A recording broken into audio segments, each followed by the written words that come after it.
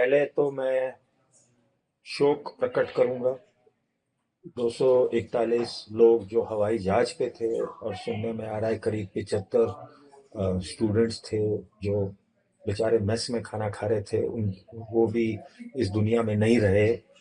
और कितने लोग को कितने घायल हुए हैं, कितने और अ, लोग इस दुनिया में नहीं रहे। पहले तो उनके परिवारों को थोड़ा सा शोक प्रकट करूंगा। That is a very tragic incident. और कुछ और उस तरफ से तो और कहने के लिए कुछ बचा नहीं है। जो एक अ, जीवन, आई थिंक वो जो बच गए, भगवान का आशीर्वाद है उन पे और निकल आए। बाकी सब गुजर गए। देखिए, ये 787 ड्रीमलाइनर जो जहाज है, ये बिल्कुल सबसे मॉडर्न जहाज है। बोइंग का आखिरी नया जहाज है जो आया है, बाहर रिलीज किया गया है, नया डिजाइन जैसे कह सकते हैं। एयरबस से A350 सबसे नया जहाज है उनके तरफ से भी। तो ये बिल्कुल नया जनरेशन का हवाई जहाज है। सब उसमें सेफ्टी सिस्टम्स बने हुए। और जो इन पे लोग शक कर रहे हैं कि भाई इंजन कोई फेल हो गया, ये जो इंजन हैं ये जनरल इलेक्ट्रिक के जेनेक्स इंजन हैं। GENX, that's like GE next kind of एक काइंड ऑफ एक्रोनिम है। सो द जेनेक्स इंजन जो है ये पुराने इंजन है, मतलब ये नया कोई डिजाइन नहीं है। नया GE90 जो इंजन हैं, सालों से सदियों से सारे 777 पे लगे आ रहे हैं। जो नया वर्जन है 747 का, 747-8, उस पे भी फिट किए गए हैं।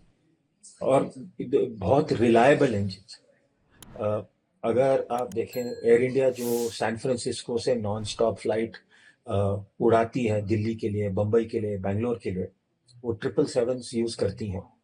और उस पे भी GE90 इंजन फिट किए गए हैं। और अगर आप देखें उसका फ्लाइट पाथ देखें, तो नॉर्थ पोल के ऊपर से, और रशिया के जो साइबेरिया रीजन है जहाँ बहुत कम एयरपोर्ट्स हैं, वहां से जाती हैं। और क्योंकि ये इस इंजन के वजह से ये इंजन सर्टिफाई किया गया है कि किसी एयरपोर्ट से 6 घंटे दूर रह सकता है। इतना रिलायबल है लोगों को कि इंजीनियर्स और सारे दुनिया के रेगुलेटर्स और एयरलाइंस रेगुलेटर्स मैन्युफैक्चरर्स, सब उनको इतना भरोसा है इस इंजन पे कि वो बोलते हैं कि ये इंजन फेल नहीं होगा। 6 घंटे दूर तक आप रह सकते हो। इतना हमें इस पे कॉन्फिडेंस है। तो थोड़ा सा ये 787 का पहला एक्सीडेंट है जहां मतलब मृत्यु हुई है। और हवाई जहाज को, जैसे एविएशन टर्मिनोलॉजी में बोलते हैं, हल लॉस।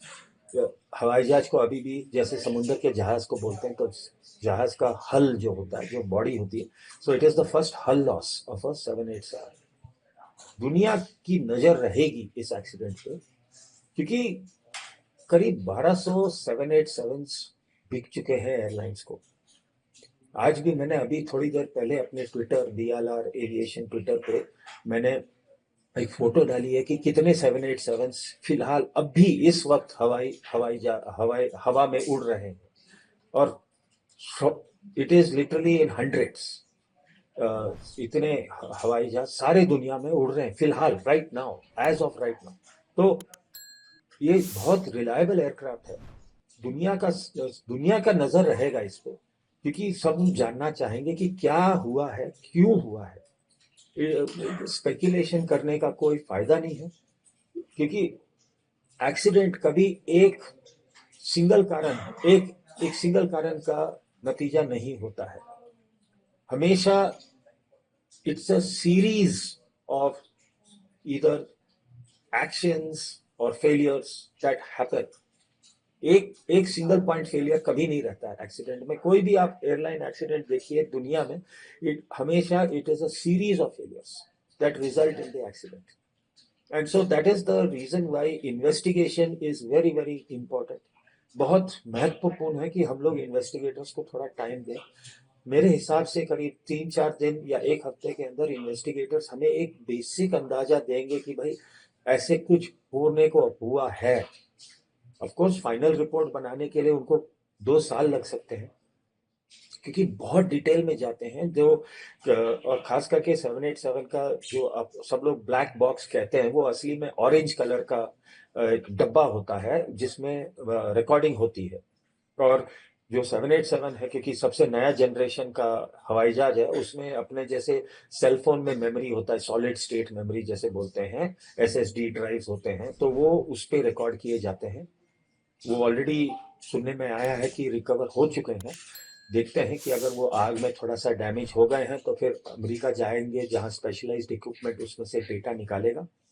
तो एक तो कॉकपिट वॉइस रिकॉर्डर होता है जिससे सारा आवाज कॉकपिट में रिकॉर्ड होता है, और दूसरा है डीएफडीआर, डिजिटल फ्लाइट डेटा रिकॉर्डर, जो हजारों पैरामीटर हर सेकंड मापते रहता है। तो उससे इन्वेस्टिगेटर बाकायदा पूरा हवाई जहाज का सिमुलेशन कर सकते हैं कि एग्जैक्टली हर आइटम में क्या हुआ, किस कहाँ क्या क्या हुआ, लिटरली पूरा हवाई जहाज को रिक्रिएट करेंगे कि हुआ क्या, और वो उसके कारण, इस एक्सीडेंट का कारण, या जो जो पॉइंट्स ऑफ फेलियर हुए हैं और जिससे ये एक्सीडेंट हुआ है, सब वो बाहर आएगा, क्योंकि दुनिया का नजर है इस एक्सीडेंट पे। ये पहला एक्सीडेंट है इस हवाई जहाज का, तो लोग, सारी दुनिया जानना चाहेगी कि क्यों हुआ है।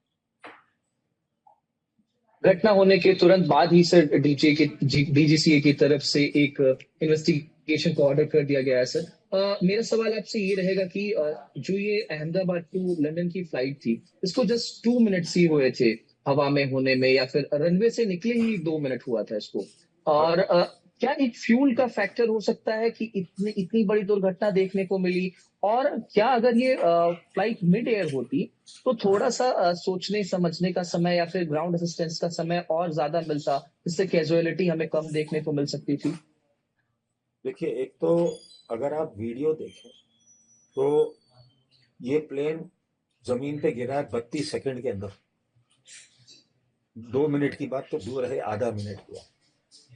तो आधा मिनट में हवाई जहाज, पायलट्स के पास बिल्कुल कोई कोई मौका ही नहीं। अगर देखिए, इफ यू सी, अगर आप वीडियो देखें, सडनली हवाई जहाज चढ़ा है और बस ऐसे गिर गया। Why? That is called loss of lift. It has entered into what is called aerodynamic stall. इसका मतलब है कि हवाई जहाज के जो विंग्स होते हैं, उसके ऊपर जब हवा फ्लो होती है, उससे विंग्स में क्षमता बनती है कि हवाई जहाज को उठाए। सडनली ऐसा स्थिति हुआ है कि विंग्स के ऊपर हवा नहीं जा रहा है। किस कारण से नहीं जा रहा है, वो सब इन्वेस्टिगेट होगा। अब फ्यूल है क्या, किस कारण से हुआ है, स्पेकुलेट करने की कोई क्या शैल वी से, कोई बेनिफिट नहीं मिलती है इससे, कोई हमें कोई फायदा नहीं मिलता। एक एक वही मैं रिक्वेस्ट करता हूँ सब दर्शकों को कि एक 3-4-5 दिन वेट कीजिए, एक हफ्ता तक वेट कीजिए। इन्वेस्टिगेटर्स जरूर कुछ आइडिया देंगे। ताज़ा खबरों के लिए लाइक, फॉलो और यूट्यूब पर सब्सक्राइब कर बेल आइकन दबाएं। साथ ही हर अपडेट के लिए विजिट करें swedeshlive.com।